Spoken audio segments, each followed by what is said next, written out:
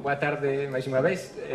Eu vou agora a presentar ao Rubén Filipe Teixeira da Conceição, que é licenciado en Historia pela Facultade de Letras da Universidade de Porto e mestre en Estudos Medievais pela mesma universidade, con a disertación de a rede viaria de entre Douro e Támega, Bragança e os termos, eses termos nos meados do século XIII. Actualmente encontrase a desenvolver un proxecto de doutoramento titulado Vías medievais entre o sul da Galicia e o norte de Portugal, 1220 a 1311, financiado pela Fundación para a Ciencia e a Tecnoloxía e que decorre no ámbito de unha cotutela entre a Universidade de Porto e a Universidade de Santiago de Compostela. E ten como áreas de investigación o estudo das relacións de fronteira entre Portugal e a Galiza e a rede de transportes. Antes de mais, muito obrigado pela apresentação. Também tenho que agradecer à Comissão Organizadora e, sobretudo, à professora Maria José Azevedo Santos, que deu a oportunidade também para estar aqui. Também quero agradecer aos meus colegas do Porto, colegas e amigos. Também, se não fossem eles, também não estaria aqui, especialmente o Rui e a Ana. Antes de começar, só quero fazer uma pequena adenda, que é o subtítulo, não é o que está no programa, e de seguida já irei explicar. Mas para não demorar mais, irei começar.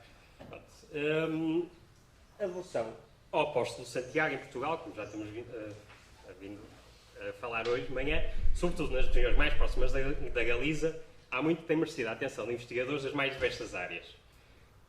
Através de metodologias diversas, procura-se explicar a devoção ao apóstolo, por exemplo, desde as devoções feitas à Catedral Compostelana, aos chamados votos de Santiago, até às fundações eclesiásticas que tinham Santiago como orago, ou ainda aos peregrinos mais ou menos célebres que rumaram ao seu túmulo.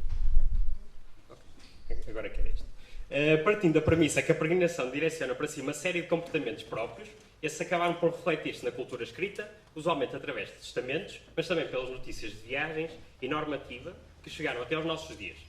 Será com base nesta documentação, elaborada entre os séculos XII e inícios do XIV, que procuraremos perceber que influência teve a peregrinação a Santiago de Compostela no território português, quando colocada em paralelo com outros lugares de culto da cristandade. Chamamos desde já a atenção para o facto da nossa análise não considerar as locações a Santiago quando da realização de concílios eclesiásticos, pois a peregrinação não era a premissa que dava mote a tais deslocações. Assim sendo, recuamos a 1097 com a peregrinação dos condes portugalenses a Compostela. Poucos anos mais tarde, um documento de 1103 refere que o conde Dom Henrique terá partido rumo à Terra Santa, ainda em 1102, subsistindo a dúvida se terá atingido o destino final. Com o mesmo objetivo, viu Dom Maurício, bispo de Coimbra, juntamente com o presbítero Telo, futuro arcediago da diocese e fundador do mosteiro Santa Cruz de Coimbra, entre 1104 e 1108. Até meados do século, registram-se pelo menos outras 7 ocorrências. Destas, 4 são testamentos redigidos antes da realização da peregrinação e outros 3 após o seu fim, como é o caso de Santo Teotónio, outro dos fundadores de Santa Cruz, que retorna de Jerusalém em 1131. A Terra Santa domina como destino da Romaria, sendo que nos restantes não é feita qualquer alusão ao local por onde se dirigiam. Todavia, pela proximidade cronológica às demais referências, não seria de estranhar que o objetivo final fosse o mesmo. Estes documentos possibilitam-nos ainda estabelecer uma ligação entre os peregrinos e as entidades que os patrocinavam. Aqui o que nós vemos são as notícias de peregrinação. Um dos casos é o de Aragão de Soares, que em março de 1146 deixou em testamento a vila de São Martinho, em Viseu, ao mosteiro de Santa Cruz de Coimbra, como forma de agradecimento pelos 20 morabitinos que os cônegos lhe tinham emprestado para ir à Terra Santa. Ou ainda o de Pai Adolfos, que em abril do mesmo ano decidiu doar a sua herdade, Travassós, também em Viseu, aos mesmos cônegos de Santa Cruz, por uma mula e pelos 10 morabitinos com que o auxiliaram na sua peregrinação. A proximidade das datas com que os documentos foram redigidos, a doação de propriedades geograficamente próximas e mesmo o destino, leva-nos a considerar que estes 2 indivíduos terão feito o percurso juntos, o que era uma mais-valia em termos de segurança numa viagem tão longa.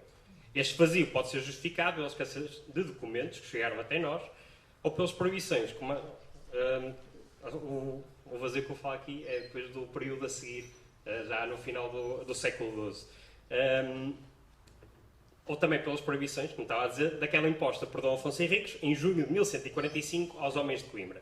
O monarca proibiu os seus moradores de irem em peregrinação à Terra Santa, orientando-os, no entanto, a participarem na defesa do Castelo de Leiria e de toda a Extremadura, podendo, em caso de morte, ganhar indulgência plenária como os que morriam em combate em Jerusalém, tal como já havia referido José Marques.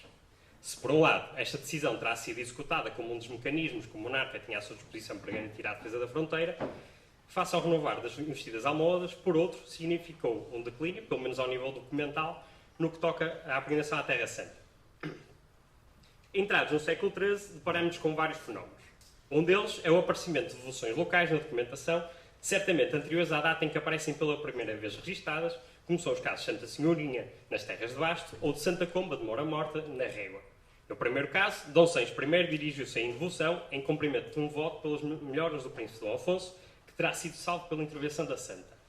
Em compensação, o monarca cultou a igreja de Santa Senhoria de Basto em 1200. Quanto ao segundo caso, aparece referido no decorrer das Inquirições Gerais de 1258, com os inquiridores a recordarem-se de que, em tempos anteriores, uma rainha tinha ido em Romaria e posteriormente contado a propriedade sem terem sido capazes de referir que rainha o fez.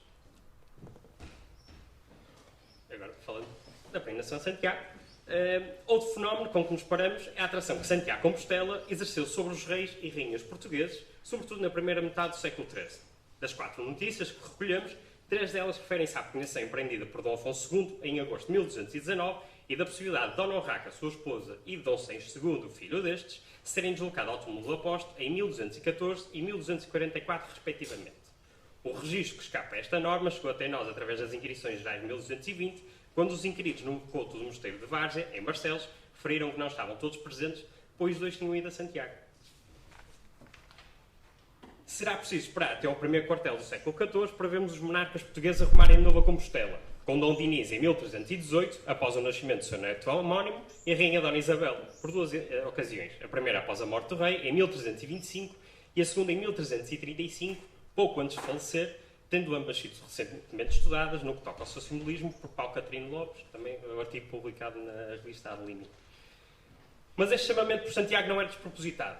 Uma boa parte dos monarcas rumaram até aí como forma de agradecer pela intervenção do santo face ao problema de saúde, como terá sido o caso de Dona Urraca, ou para agradecer pelo nascimento de um neto que sobrevivera, como o fez Dom Dinis.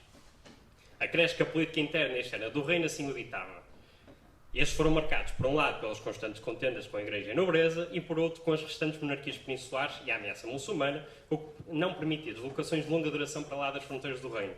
Além disso, as sucessivas reconquistas de território no Levante por parte dos muçulmanos, culminaram na queda de São João de Acre em 1291, não permitiam as condições de segurança desejáveis à peregrinação por parte dos monarcas. No cômputo geral, a relativa curta distância tornava a peregrinação a Compostela execuível e apetecível. Apesar dos obstáculos físicos e políticos, o fulgor pelos mais vulgares santos da cristandade não esmoreceu em Dom Dinis, que reservou parte do seu património para que, após a sua morte, fosse por ele a Roma e a Jerusalém. Mas enquanto o monarca alegava para este efeito somas significativas nos seus 2 primeiros testamentos, 1299 e 1322, tal já não aconteceu no último, 1324, onde tais cláusulas são omissas. Ainda na sua esfera de influência, registra-se a permissão dada em 1316 a Dom Afonso, bispo de Silos, e aos seus sucessores para visitarem a medida de São Vicente do Cabo e para adotarem com as condições necessárias para acolher os romeiros que aí se dirigiam. Saindo do domínio régio, encontramos Fernando Dias, que em 1211 mandou redigir o seu testamento antes de partir com os seus irmãos e irmãs em terra de Galécia, diga-se Santiago, de Compostela.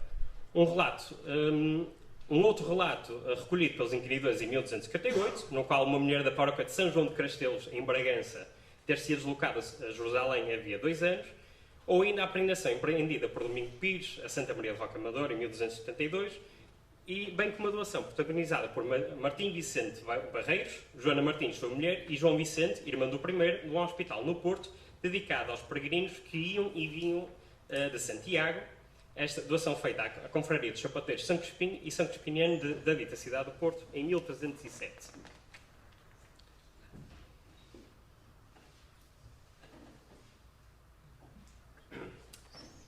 No que toca ao Carlindo Cunha, refere como peregrinação por substituição, as dinâmicas são um pouco diferentes, pois seria esta a forma que os moribundos tinham para garantir, in extremis, o cumprimento do seu desejo em visitar um ou mais dos locais santos da cristandade.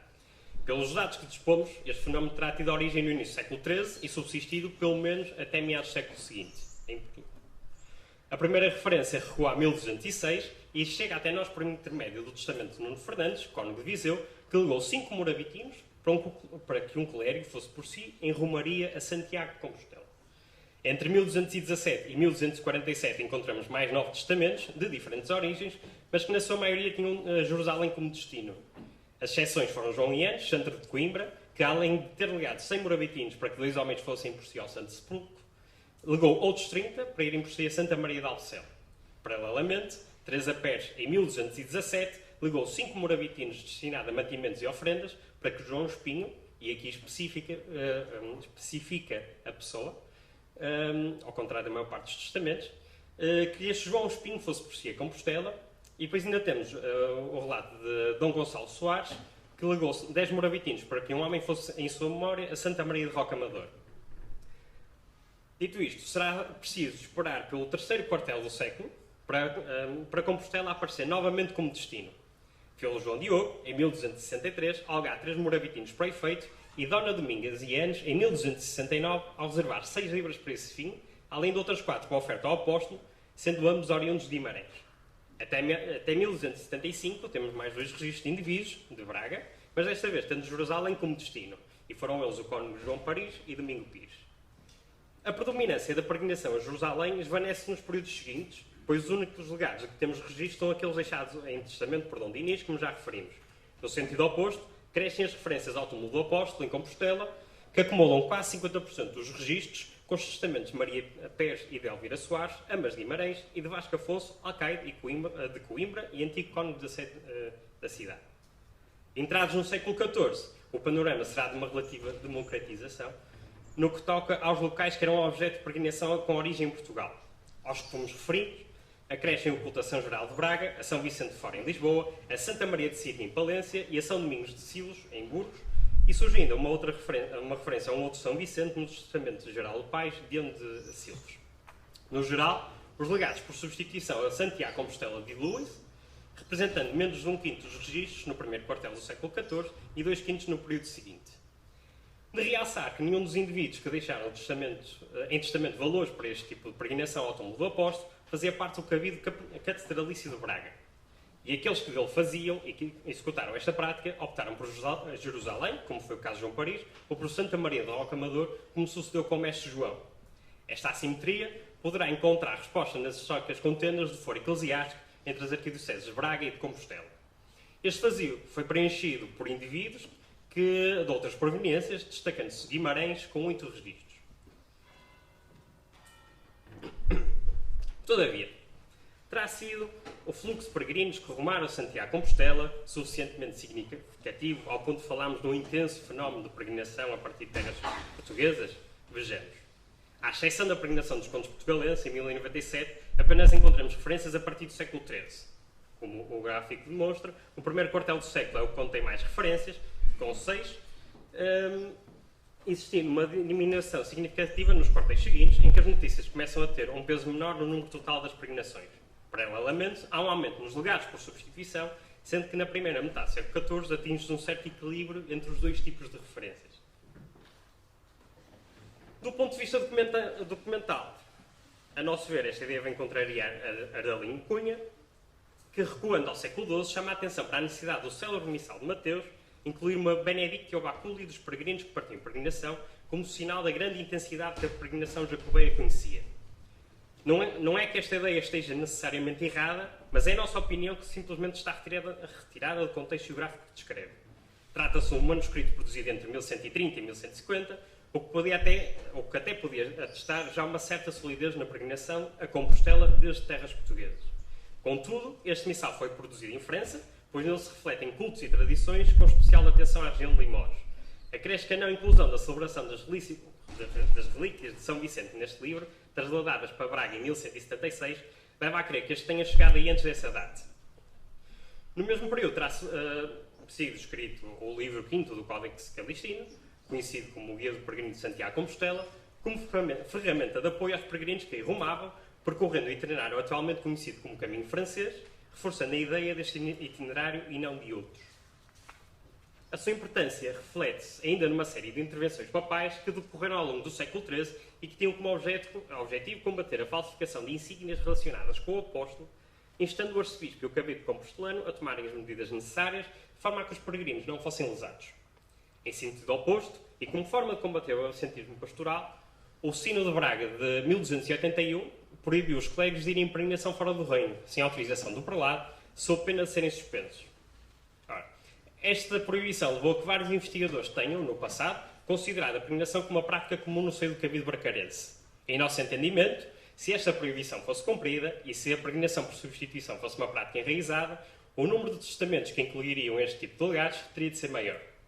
Infelizmente, pelo menos até ao momento, a documentação com que trabalhamos não nos permite explorar esta questão de forma mais aprofundada, de forma a conseguirmos concluir se a prática destes legados era uma questão enraizada ou se a norma de 1281 era cumprida ou não. E já para terminar, analisados em conjunto, estes documentos apontam para um crescente incremento no que toca ao número de romeiros que emprendiam a jornada, em especial através do caminho francês. Transpondo esta realidade para o território português, e apesar da existência do pico de referências se situar no primeiro quartel do século XIII, podemos apontar o período entre as décadas de 1260 e de 1280 como aquele em que se começa a consolidar a peregrinação a Santiago de Compostela de uma forma transversal a toda a sociedade e não apenas a determinados grupos, como foi o caso dos monarcas. Estamos conscientes que esta é uma visão condicionada pelas fontes com que trabalhamos ou que implica um esforço dobrado na sua análise. Daí temos procurado incluir, além dos legados pios, notícias de indivíduos, das mais variadas condições sociais, que nos permitissem compor uma imagem mais segura e homogénea possível, mas também normativas e estruturas criadas, especificamente para o fenómeno da peregrinação a Compostela a partir do território português, como foi o caso do hospital do documento 1307, no Porto. Tudo isto leva-nos a seguir por este caminho. Todavia, o intensificado da peregrinação não significa necessariamente a existência de contingentes de peregrinos a rumarem ao túmulo do apóstolo, mas sim uma questão de procura-oferta. E mesmo que os santos próximos não fizessem muitos milagres, o hábito e o tempo acabaram por lhes dar razão, pois não nos podemos esquecer que este é um período marcado pelo reavivar das relações a média e longa distância, visível pelo aumento da mobilidade, refletindo-se também no campo religioso. Muito obrigado.